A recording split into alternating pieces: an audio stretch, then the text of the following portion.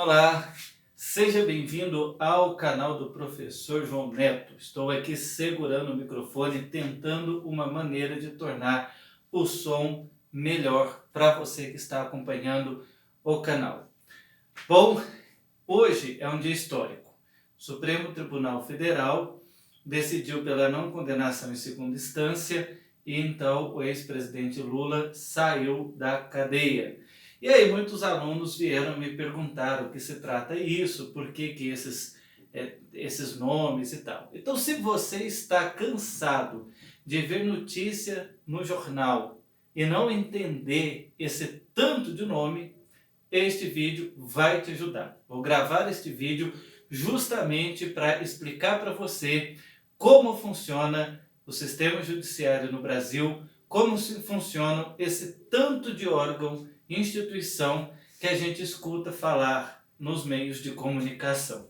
Agora, é claro, talvez se você for da área, você vai querer fazer várias correções, mas o objetivo deste canal é justamente simplificar para que todos possam entender. Não é uma faculdade, não é um curso de Direito ou de História ou de Sociologia, ok? Então, nosso objetivo aqui no canal é simplificar as informações, porque você está cansado de ouvir falar e não entender. Agora, tem uma certa questão, ou seja, alguns autores defendem, inclusive, que esses termos complicados, esse jeito complicado de funcionar, é de propósito para as pessoas não entenderem e assim ter a sua participação como cidadã e política diminuída, de alguma forma reprimida. Bom, vamos lá então. Para a gente entender, a gente tem que voltar um pouco no tempo, lá no passado, na época do Iluminismo, que é o seguinte: antes, quando os países surgiram por volta do século XVI, né? Primeiro Portugal e Espanha, depois tivemos França e Inglaterra, foi surgindo a ideia de país na Europa no início da Idade Moderna. Só que esse país, ele era governado por reis. E aí você tem até um autor famoso, Nicolau Maquiavel, que escreveu um livro chamado O Príncipe, para ensinar esses reis a governarem. Então, quando o país surgiu, ele era governado por um rei que mandava em tudo, e aí esse país, ele surgiu junto com esse país a ideia de Estado, que seria então esse poder que governaria, que organizaria o país, e esse Estado, portanto, era governado por esse rei que tinha poderes absolutos. É claro que ele tinha algumas maneiras de justificar por que ele era o rei e por que as pessoas deveriam obedecê-lo. Uma justificativa, claro, era religiosa, então se dizia que ele era o rei porque ele tinha sido escolhido por Deus para tal, mas também ele tomava algumas medidas, ele fazia algumas coisas para dizer para a população que ele estava cuidando daquele país e isso então justificaria o seu governo, a sua autoridade. Quando chega no século XVIII, você tem alguns filósofos que são chamados de iluministas, que vão dizer que o rei não pode mandar em tudo sozinho, e vão dizer que para ele governar, ele tem que ter uma justificativa, não vale mais dizer que é porque Deus escolheu e quer que ele seja o rei. Em geral, esses filósofos estavam ligados com uma classe, eu já expliquei aqui no canal e na página do Facebook, sobre a burguesia. Quem são os burgueses? Então, os filósofos iluministas estavam muito de acordo com esses burgueses, porque eles não queriam mais obedecer ao rei, tudo que o rei mandava e interferia. Então, aos poucos vai surgindo uma teoria que é que, de alguma forma, rege o nosso país até hoje. Os países, principalmente os países do chamado mundo ocidental, os países hoje que são separados de uma interferência direta da religião. Que alguns países, principalmente no mundo muçulmano, tanto o rei quanto o presidente, ou seja lá o nome que algum país dê para o governante, ele é tanto o chefe daquele país político, tanto chefe de governo, chefe de Estado, como chefe religioso. Agora, os países que não têm essa mistura, que são separados, que são laicos, né, são geralmente chamados de Ocidente, eles têm uma forma de governar que é baseada lá nos filósofos do Iluminismo. O que esses filósofos elaboraram? Basicamente, eles tiveram uma ideia de que o país precisa ter uma Constituição. O que significa isso? A Constituição é uma lei que vai ser a principal lei daquele país.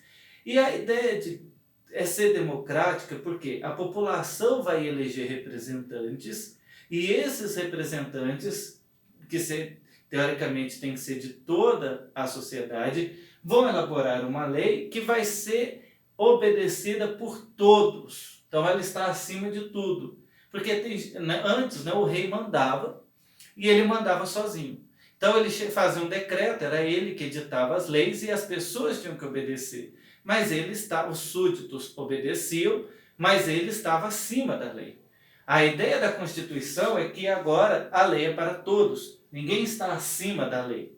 Em tese, ela vai organizar o país e colocar todos debaixo dessa lei. E é claro que ela não vai ser feita por uma única pessoa, mas ela deve ser feita por vários representantes que se reúnem numa Assembleia Constituinte e escrevem essa Constituição que passa a valer para todos. A do Brasil já mudou várias vezes, a última é a de 1988.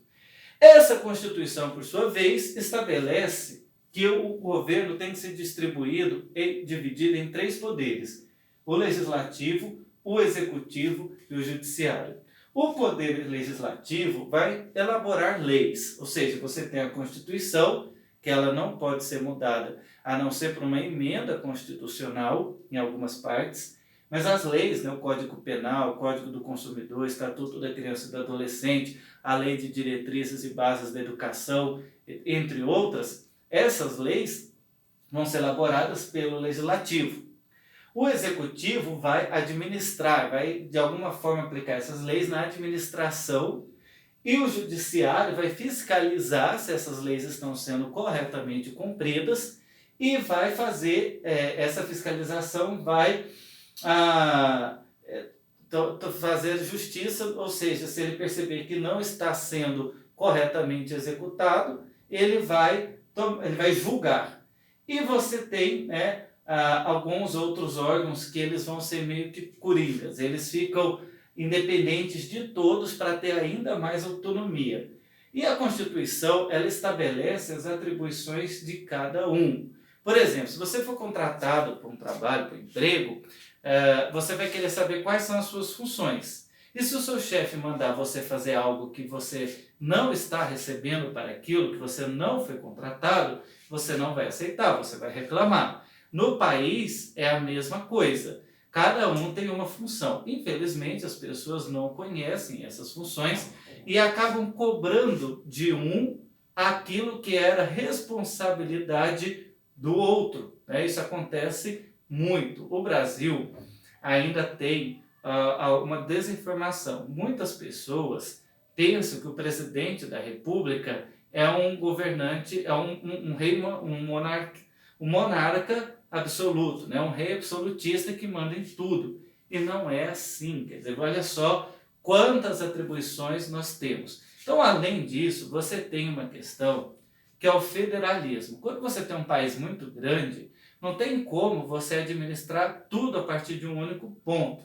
Então, o federalismo divide esse país em partes, em unidades da federação, que vão ter algumas autonomias. Essas unidades da federação, que aqui no Brasil nós chamamos de Estado, vai ter autonomia, que é diferente de soberania. Soberania é um país que tem, os estados têm autonomia. Então, juntos, as unidades da federação, juntas, formam a República Federativa do Brasil. Então, você tem a esfera dos municípios, a cidade e a região em volta da cidade, o Estado e a União. Detalhe, assim como a União, que tem as suas leis e a Constituição é a principal lei de um país, você também tem as constituições estaduais, que ela é submetida, ela está abaixo da Constituição Federal, ela está abaixo das leis federais, mas ela vai ser a principal lei daquele estado, e os municípios têm a lei orgânica, que ela está abaixo de todas essas, mas é a principal lei daquele município. Bom, então quando a gente vai aqui para o legislativo, nós temos o Senado, que tem 3 senadores por cada estado, e os deputados federais, que aí é proporcional ao número de eleitores do estado, que juntos formam o Congresso Nacional. A nível estadual, no Legislativo, nós temos os deputados estaduais, que se reúnem na Assembleia Legislativa, e a nível municipal, os vereadores, que se reúnem na Câmara Municipal. Olha só, à medida que eu avançar, vai ficar mais interessante. Então, não pense que vai ser elementar o vídeo todo, tá? Acompanhe até o final para você entender. No Executivo, nós temos o Presidente da República. E aqui a gente já tem alguns órgãos. O Presidente da República tem uma série de ministros. Ele nomeia ministros e um dos ministros é o da Justiça. E uma das funções do ministro da Justiça é a polícia, que você tem a Polícia Federal, a Polícia Rodoviária Federal, e a polícia tem os delegados. Daqui a pouco eu vou te explicar a função deles. O governador tem os secretários. Um dos secretários é o de Segurança Pública, que administra a Polícia Estadual, que é a Polícia Militar ou a Polícia Civil. E aí a Polícia Civil também tem delegados. E aqui no Executivo Municipal, nós temos o prefeito. Perceba, então, município, vereadores no Legislativo, prefeito no Executivo. Mas olha, aqui você já tem alguns órgãos ligados mais à questão da justiça. Você tem a Procuradoria da União. O que é um procurador? O procurador, ele é uma espécie de advogado, mas não de uma pessoa física, ele é advogado de uma pessoa jurídica. Então, a Procuradoria da União é um procurador, ou seja, um advogado da União. Não é da pessoa, não é um advogado do Presidente da República, é um advogado da pessoa jurídica União. Então, ela está ali para defender os interesses daquela instituição. Você também tem a Advocacia Geral da União e você tem, esses aqui são, vamos dizer assim, os cargos que cada um tem a sua atribuição. Mas se eu for entrar em todos os detalhes, o canal perde o objetivo de ser um facilitador e o vídeo fica muito extenso. Infelizmente, as pessoas não têm paciência de assistir tudo. Então, eu fico aqui tentando resumir ao máximo para você entender que a minha ideia é diminuir a desinformação, que é um dos problemas sérios do nosso país. Então, fica até o fim do vídeo que você vai entender como eles estão interligados. E aqui nós temos, então, o judiciário. Como é que funciona o judiciário? Quando você vai lá na sua cidade, né, você está andando lá, às vezes você vê um prédio que está escrito fórum. O que é o fórum? O fórum é onde está o juiz, que eles são divididos por varas. Esse aqui é a primeira instância. Depois, você tem a segunda instância, que são os tribunais, que são o Tribunal de Justiça, Tribunal do Trabalho, Tribunal Eleitoral. É porque é o seguinte, a justiça ela é dividida em algumas partes. Você tem a justiça comum, a justiça do trabalho, a justiça eleitoral e a justiça militar. Então aqui, a justiça militar, o órgão é diretamente federal. Mas aqui você tem o Tribunal de Justiça, então, que é a justiça mais comum, o Tribunal Regional do Trabalho e o Tribunal Regional Eleitoral. Esses juízes aqui, que estão lá no fórum e nos tribunais, eles podem ser tanto estaduais quanto federais. E esses que estão aqui no Tribunal de Justiça, eles são chamados de desembargadores. E aqui você tem a União, que seria a terceira instância, que é o Supremo Tribunal de Justiça, o Tribunal Superior do Trabalho, o Tribunal Superior Eleitoral, o Superior Tribunal Militar. E todos eles, no final, respondem ao Supremo Tribunal Federal, que tem o nome, ele é conhecido como Guardião da Constituição. Então, qualquer momento que algo ferir a principal lei do país, que é a Constituição Federal, é papel do Supremo Tribunal Federal intervir e falar: isso é inconstitucional. Por exemplo, você tem na Constituição que todos são iguais. No Brasil, não pode haver diferença de raça ou cor. Então, todos devem ser tratados de forma igual. Vamos supor que um vereador em alguma lei, em algum município, queira fazer uma lei dizendo: se um branco acontecer com um branco, a consequência vai ser essa. Se acontecer com um negro, a consequência vai ser essa. O que vai acontecer nesse caso? O Superior Tribunal Federal, o Supremo, o STF, vai dizer: essa lei está ferindo um princípio da Constituição. Então, essa lei é inconstitucional. Logo, essa lei não pode entrar em vigor. Então, ele declara a lei inconstitucional. Bom, e aqui você tem o Ministério Público, o Tribunal de Contas, a OAB, que você tem também estadual e federal. Como que funciona? Vou te dar um exemplo básico. Vamos supor, aconteceu um determinado crime numa determinada data, alguém fez um crime. O que é um crime? O que é algo que vai ser ilegal? Aquilo que vai contra a lei. Porque existe uma discussão também sobre o que é ser legal, que não necessariamente é moral. Ou seja, às vezes o que está na lei não é moral. Vamos dar um exemplo: a escravidão. A escravidão, ela era legal, ela era legalizada, ela estava dentro da lei. Mas dependendo da sua perspectiva de moral, ela não era algo moral. Então, às vezes, fazer o que está na lei não significa que seja moralmente correto. Assim como, ou aquilo que está na lei pode ser moral, aquilo que está na lei pode ser imoral, assim como aquilo que é moral pode ser legal, ou aquilo que é imoral pode ser legal também, ou, entendeu? São fases, são duas discussões distintas. Então, ilegal é aquilo que fere a lei. Na maioria das vezes, as leis são baseadas em princípios morais, então o que é ilegal também é imoral, mas não é uma regra fixa. Então, aconteceu um crime, E aí, o que acontece? A pessoa foi lá, sei lá, matou alguém, fez qualquer coisa. As pessoas chamam a polícia, Chama lá, telefona, chama a polícia vai lá, chega lá, isola a área e tal. O que vai acontecer, Quem que é responsável por isso? O delegado, que está ligado aqui ao executivo, à polícia. O delegado de polícia, ele vai fazer o quê? Ele vai investigar. Então, ele vai abrir um inquérito para investigar aquele crime. E através da investigação, a polícia vai encontrar os seus suspeitos. Então, o suspeito é o seu José. O seu José pela investigação que o delegado fez na polícia, ele abriu um inquérito e chegou à conclusão que quem cometeu o crime, o suspeito é o seu José.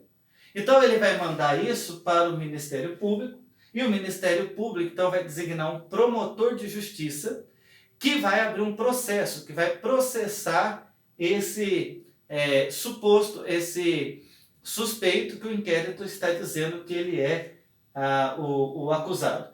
O que vai acontecer? O Ministério Público, então, vai mandar esse processo para o juiz, porque é o juiz quem julga. E aí ele vai estabelecer uma audiência, e nessa audiência o promotor vai chegar lá e apresentar as provas de que aquela pessoa é o culpado, de fato, daquele crime. É claro que ele vai fazer toda uma investigação, primeiro, para saber. E essa pessoa, o que ela faz? Ela contrata um advogado para defendê-la. Pode ser todo advogado. Para exercer, ele tem que estar ligado na OAB. Ele tem um número da OAB, uma carteirinha da OAB, que a OAB controla. E aí, se ele não tiver dinheiro para pagar o advogado, ele vai pegar um defensor público, que é um advogado, vamos dizer assim, do Estado, para defendê-lo. Muito bem. Você tem o julgamento. Então, o promotor vai acusar, o advogado vai defender, e aí o juiz vai dar a sentença. Dependendo do crime, ele vai ouvir algumas pessoas que estarão ali para verificar se é daquele jeito mesmo, para julgar, que são eles vão ser pessoas comuns que são chamados para ouvirem, e votarem, mas o veredito final é dado pelo juiz. Então o juiz vai dar a sentença, né? E vamos supor então que depois de tudo isso, o juiz chegou à conclusão de que aquele sujeito é culpado, ele realmente foi ele que cometeu o crime. Então ele deixa de ser suspeito e se torna réu, está condenado. Agora, isso é o que? A primeira instância, ele foi julgado aqui, né? Pelo esse juiz de primeira instância. Ele pode, o advogado, falar, eu não concordo, o juiz ele cometeu um erro, ele escreveu lá na sentença uma coisa que não está na lei. Então esse advogado entra com um recurso. E aí esse recurso é julgado, né? Claro, vai para outro juiz olha e fala, não, procede, é isso mesmo, o cara é condenado. O que vai acontecer aqui? Ele pode recorrer na segunda instância. Então ele vai enviar o processo para o desembargador lá do Tribunal de Justiça. Pode ser o TJ, pode ser TRT, dependendo, né, do assunto. Isso pode estar acontecendo também, tanto na Justiça Estadual quanto na Federal.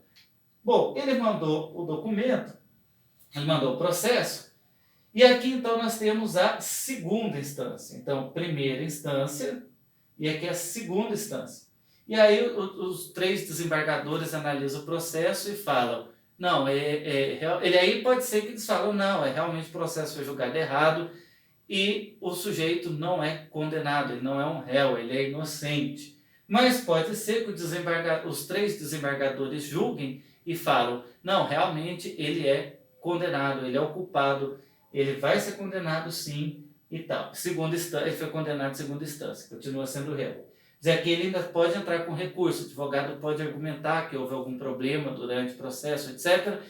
Se tiver argumentação, ele faz um recurso e esse recurso, portanto, vai ser julgado. Ele julgou, beleza, continuou sendo condenado. O que acontece? Dependendo da gravidade, ele ainda pode recorrer na terceira instância. E aqui é o Supremo Tribunal de Justiça, o TST, TSE, dependendo do assunto. Estamos aqui no exemplo na Justiça Comum. Ele vai recorrer e aqui você tem um conselho que vai julgar na terceira instância. Se for julgado, então ele é condenado em terceira instância. Se ele foi julgado e não foi condenado, ou seja, ele pode ser absolvido.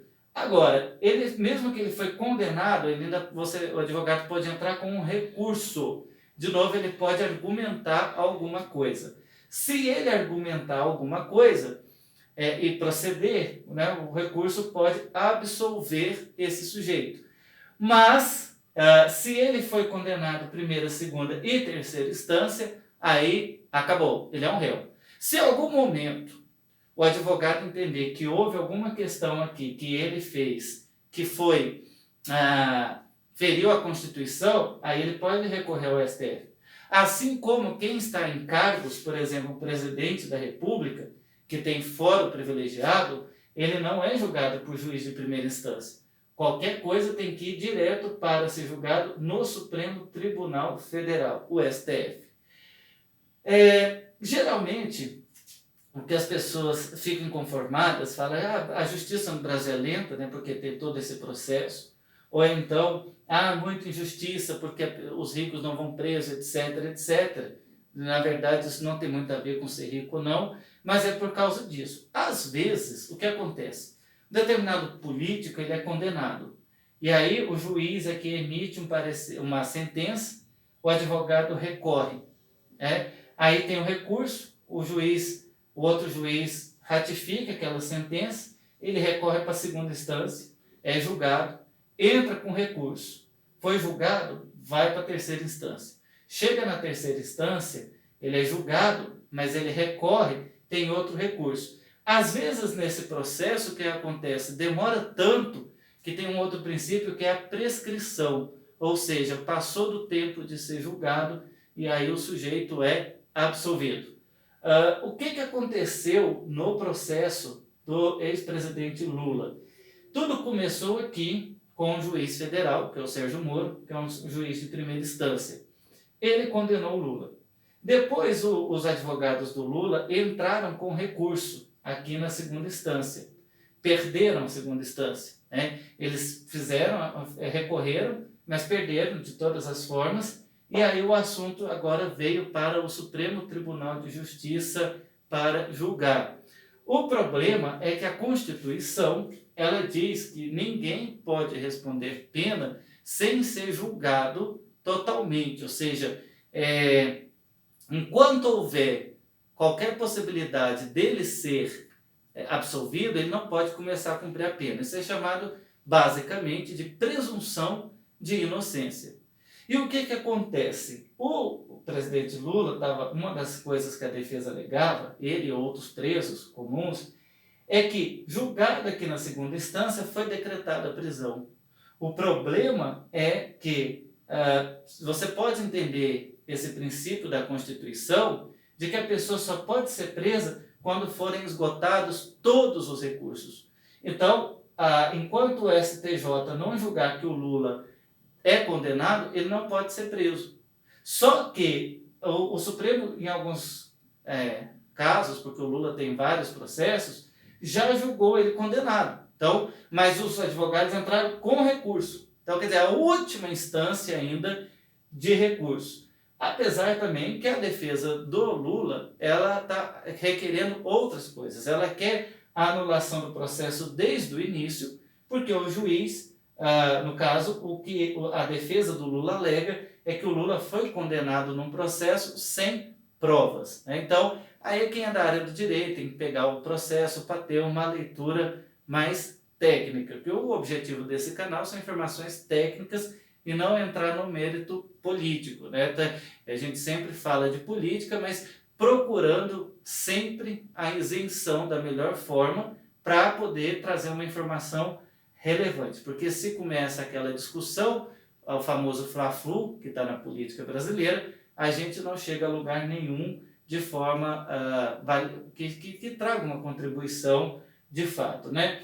Agora, nesse processo, às vezes, quando o delegado manda o processo para o promotor, ele vai começar o processo, o juiz já pode pedir a prisão preventiva. Ou seja, às vezes o sujeito ele é uma ameaça para a sociedade, ele é muito perigoso, né? Pensa um serial killer sair matando todo mundo, não dá para você deixar o serial killer solto até o processo correr na última instância. Então é decretada a prisão preventiva. Por outro lado, existe um recurso chamado de habeas corpus. O juiz pode decretar uma prisão preventiva de um sujeito, porque o juiz entende que ele é perigoso, mas um advogado tem uma informação que ele mostra que, na verdade, é um equívoco. Aquela pessoa não oferece risco nenhum e pode tranquilamente responder o processo em liberdade. Então, ele entra com um pedido de habeas corpus para o sujeito ser libertado e poder, então, ir para responder o processo em liberdade. E a gente tem, né, também outros órgãos, como o Tribunal de Contas, que é para fiscalizar os gastos que o governo está fazendo. Então, por exemplo, uma determinada prefeitura gastou um dinheiro muito estranho, ele gastou muito mais do que aparentemente é o custo daquele serviço. Então, o Tribunal de Contas vai acionar e vai dizer, olha, se explique, essas contas suas não estão batendo. Quando ele faz isso é chamado de auditoria, que é quando você faz uma fiscalização. Você vai lá ver como é que estão as coisas, se está tudo dentro da lei. Isso é uma auditoria. Então, basicamente, você teve uma ideia de como é que funcionam as coisas. Lembre-se que a Constituição estabelece as atribuições de cada um. Então, por exemplo, eu vejo as pessoas cobrando do governador uma coisa que é do prefeito, uma coisa do prefeito que é do presidente, enfim, você tem que saber o que cobrar de quem para poder exercer plenamente a sua cidadania. E aí, nós vamos encerrando aqui, mas eu já quero te convidar para dar aquele like aqui no canal, porque senão o YouTube não contabiliza essa visualização, ele não vê que o canal está tendo interação. Se você tem qualquer comentário para fazer, dúvida, quer fazer uma pergunta, tem uma crítica, quer colocar sua opinião, quer colocar uma sugestão, escreve aqui nos comentários que eu terei o maior prazer em responder. Não mande pelo WhatsApp, porque daí o YouTube não contabiliza. Escreve aqui nos comentários. Compartilhe com seus amigos, com seus colegas. manda nos grupos, para que possamos ter o desenvolvimento do canal. Se você gosta do canal, ajude o canal a se desenvolver. Quanto tivermos mais audiência, eu vou melhorar a qualidade técnica aqui de onde eu gravo, ok? Então eu conto com a sua colaboração. Se você gostou, interaja com o canal, escreve aqui nos comentários, deixa o seu like, compartilha e entra no canal, porque assim, não fica só, você vai se inscrever, vai acionar o sininho, vai esperar vídeos novos, mas não fique só esperando vídeos novos, tem muita coisa legal aqui no canal, então vai lá em vídeos, em views, e você vai ver muitos vídeos de muitos assuntos legais, bacanas. Também deixa aqui a sugestão do que você quer que o canal te explique. A ideia do canal é essa: pega um tema difícil,